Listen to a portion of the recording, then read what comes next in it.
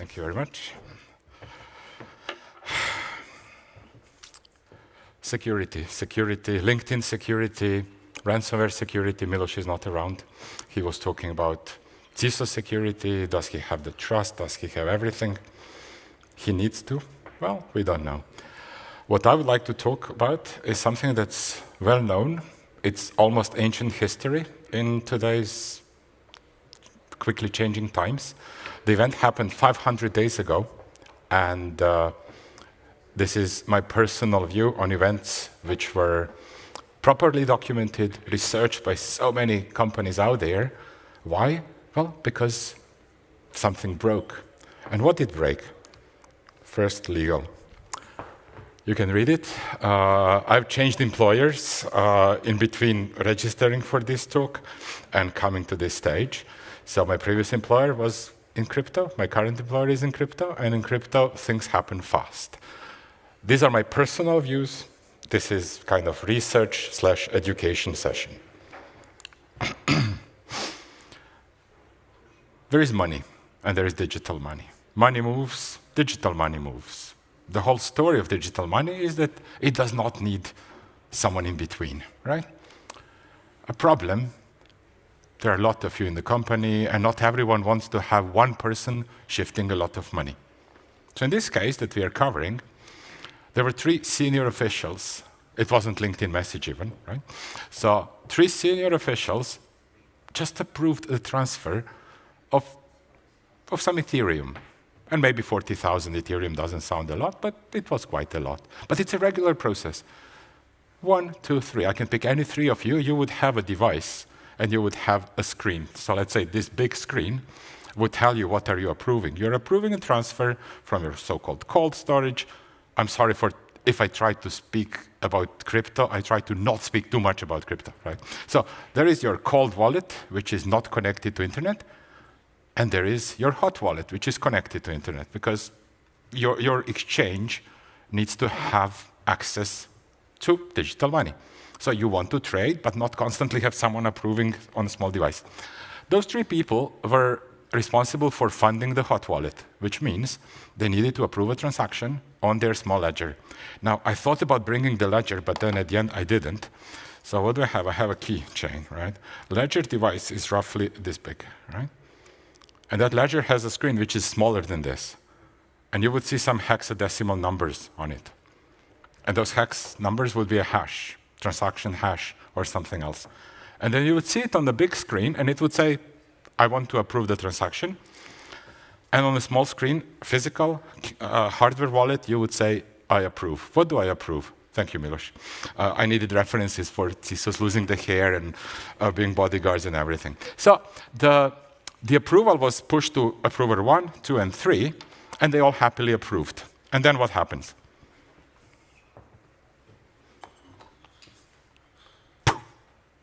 It's gone. How much? 1.5 billion. In German, eine 1,5 Milliarden dollars.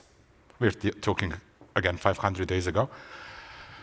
It was gone in minutes. Like Nicolas Cage has gone in 60 seconds, but in this case, it was gone in minutes.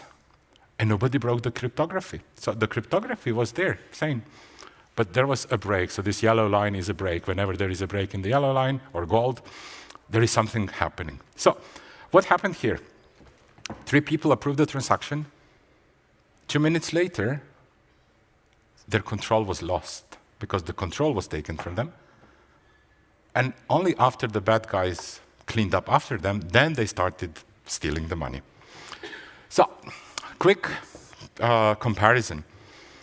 Traditional finance has been doing this for probably 100+ years, right? I don't know when the optimization of stock exchanges went from paper to digital, probably 50 years ago, a little bit. But there is a reversal. Like if you transfer money, I experienced it myself. So I transferred the money to my employer, which had a crypto name in the recipients field. My bank account manager called me and she said, "Are you sure you want to transfer money to the crypto company?" That was 5 years ago. And I said, yeah. Are you sure? Yes, okay, I'll release your money. So there is there is a process which stops it. So the process in traditional finance stops time. It stops the transfers with some gates. You can have insurance, you can transfer SWIFT. A SWIFT transfer might not get there till tomorrow. And again, someone can reverse it. There can be a court case. There can be many, many things. In crypto, as we've seen, the things just work without anyone really having to say if this is a good transaction or not. So crypto is not here the risky cousin of traditional finance. It's basically the preview of what's going to happen if traditional finance keep improving, right? We love instant payments. So if you transfer SEPA money, I'm not sure if Schweizer Franken are also covered with this, but with SEPA, single euro payment area, if I transfer money from a Dutch account to my Swedish account, it's probably there in a minute or shorter. Settlements, maybe some of you worked in securities, so you would have settlement on T+3, then it will be T+2, then maybe it's a day +1. Now we're going towards the T0, today's settlements. Well, crypto's showing what can happen when you take out all of those that we've seen on the previous slide, like reversals, insurance, courts, time. So when we have this, what's next? How do we trust? Because the whole talk is about fragility of trust. How do you know that your third party is really good? Well, that's what we do. We try to run security due diligence on our vendors. I hope you all do security due diligence on your vendors. There's so many vendors outside. You might wonder, did vendors do security due diligence on you, right? We call it reverse onboarding. Maybe I want to onboard a client, but some clients want to know what are we doing to protect our systems. So I don't like the games, like how many of you did this, how many of you do that, but just think about it. When were you evaluated against the same things that you're asking your counterparties or your third-party vendors? So this was generic story. Now we go to basically all of the sessions you've seen already. So I would start with LinkedIn. In this specific case, there was none of those super expensive research labs actually posted what was the actual initial attack vector. And for me, being like some people, sorry for looking at you, but I was impressed with your, I have to say, obsession to figure out who are all those bad guys and what do they actually want.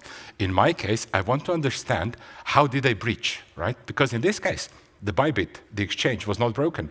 What happened was, let's say, LinkedIn message, a Telegram chat, GitHub repo that needed some help from a friendly crypto developer. That developer believed in something that wasn't there. Was it money? Was it fame? Was it all of them? Was it pretty ladies? I don't know. But he believed it in such a way that he downloaded the software, piece of software on his corporate laptop. Now, do we have the tooling that all of us here, like, let the first throw a stone someone who did not download a private presentation for kids' school, or. I really try not to do it. I keep preaching this in my career. Last 10 years, I keep telling people, not every message on LinkedIn is a good message. It's probably not true if it's really sounding too good to be true. Now, imagine me receiving a message 1st of February, 2nd of February, from a recruiter, hey, would you like to be a CISO for a cool digital company? How do you vet this message from a person you don't know? You've never seen her. The profile picture looks okay. And you know that you are not going to love it if you are the subject of the breach. First of all, I did not open it on my corporate laptop. Right? I used my phone, and I thought, well, if a PDF renders my Android phone on a non-Adobe reader broken, good job.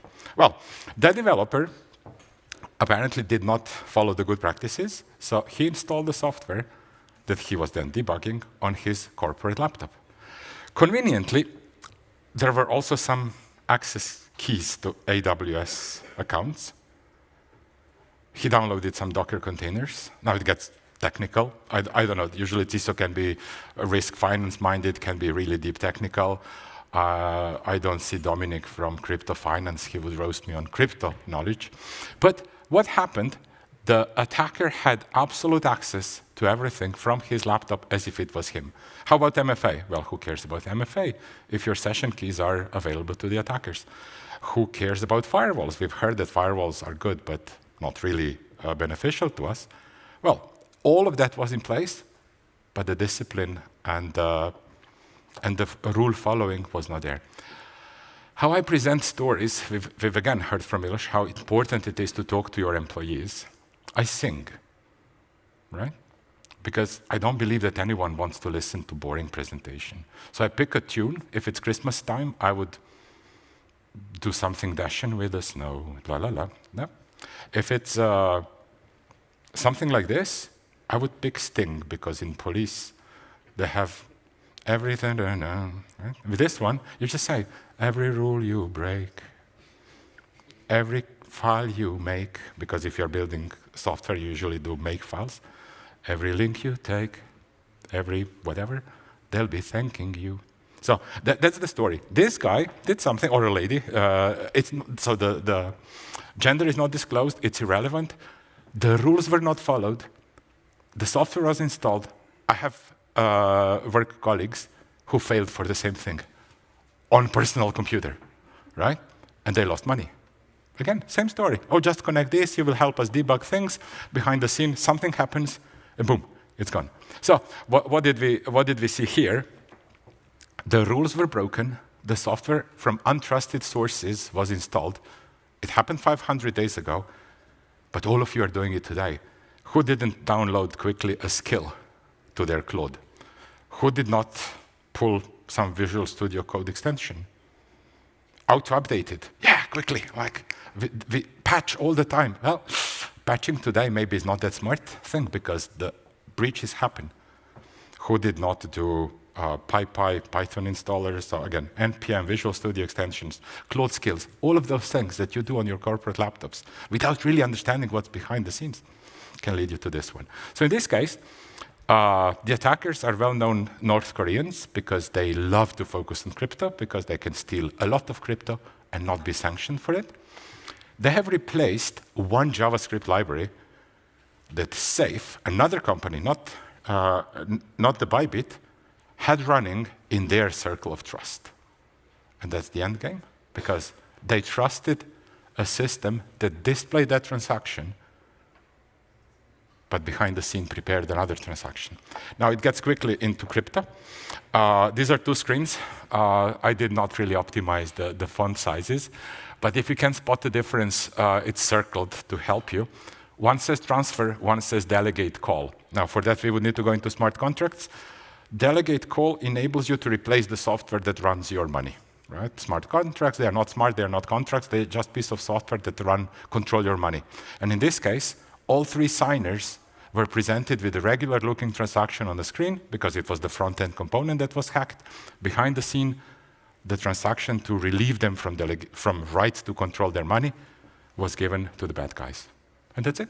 2 minutes later, the attacking crew started cleaning up. The file that was placed on Amazon was reverted back to benign standard front-end, and they started deleting things. They were on his machine, they were or her machine, for 2 weeks doing reconnaissance, understanding what's happening. Once they stole the control, only then they went to steal the money. And was it a chance occurrence? No, it's a business. It's a production line. If you follow the stories, hack 1, hack 2, hack 3, hack 4. Just weeks ago, there was yet another one. What do we learn? Is it a problem of crypto? No, it's not. It's a problem of trust. If you think it's only finance, no, it's not. A lot of your IT departments are running SolarWinds. SolarWinds was hacked in exactly the same way.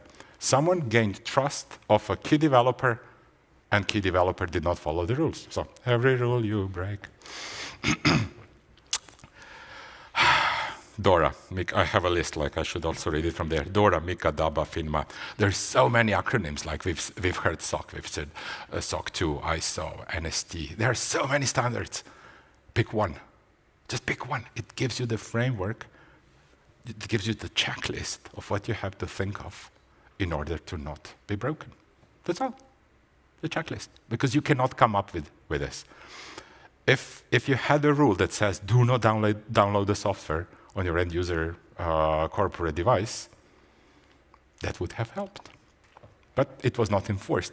So I really need to put bigger fonts, right? It says, prove your trust is engineered and not asserted. Because we love to live in the checkbox world. So we have a small Excel sheet or a bigger Excel sheet or Excel sheet with 10 sheets. And there are a lot of checkboxes. So everyone has to participate in clicking of the checkboxes. Unless you really know what's behind the checkbox. Can you prove that what you've seen there is what actually protects you? Think about it. Third party. You see the small circle, right? Third party lives in your perimeter. So the fact that I trusted someone else's code, that I just linked directly to the Amazon bucket. Everybody these days thinks, yeah, how could this had happened? Well, nobody thought about that at that time, 500 days ago.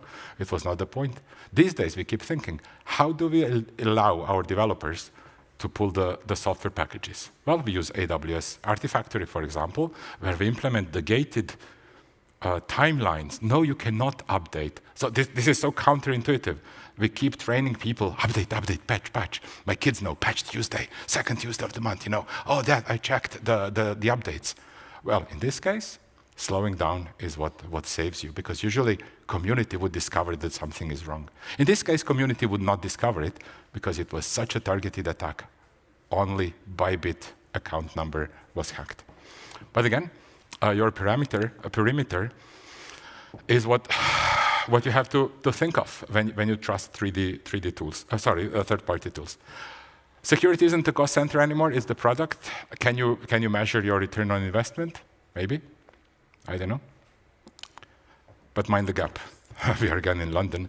What you think you have, and I was never a rugby player, sorry. Right. I was more on the yoga side and the singing. But what's documented and what's actually live is the delta. And in that delta, this is where the breaches happen. And you have to take care of the interfaces. So if I do not control whom do I trust, we've heard it as well. Agentic identities, machine identities, human identities. There's so many identities, and all of them have the right to touch something on your behalf or on their own behalf.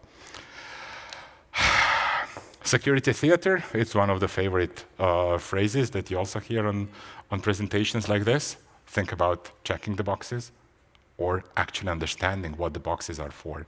My approach is to have less boxes to check. If I trust my systems, if I have my continuous compliance, I like to call it continuous compliance mindset, where you're always audit ready, right? Auditors, I was even an auditor for a short period of my career, so it helps you understand that auditors are mostly your friends, because the goal is the same. You show that you have engineered trust, not what you think the trust is. So in this case, cryptography was perfect, but you should read your own logs. We've heard about that one as well. Right? Unless you know what's happening, we've heard about absolute observability. Can we reach it? I don't know. Can we hit this 5 on the scale of maturity?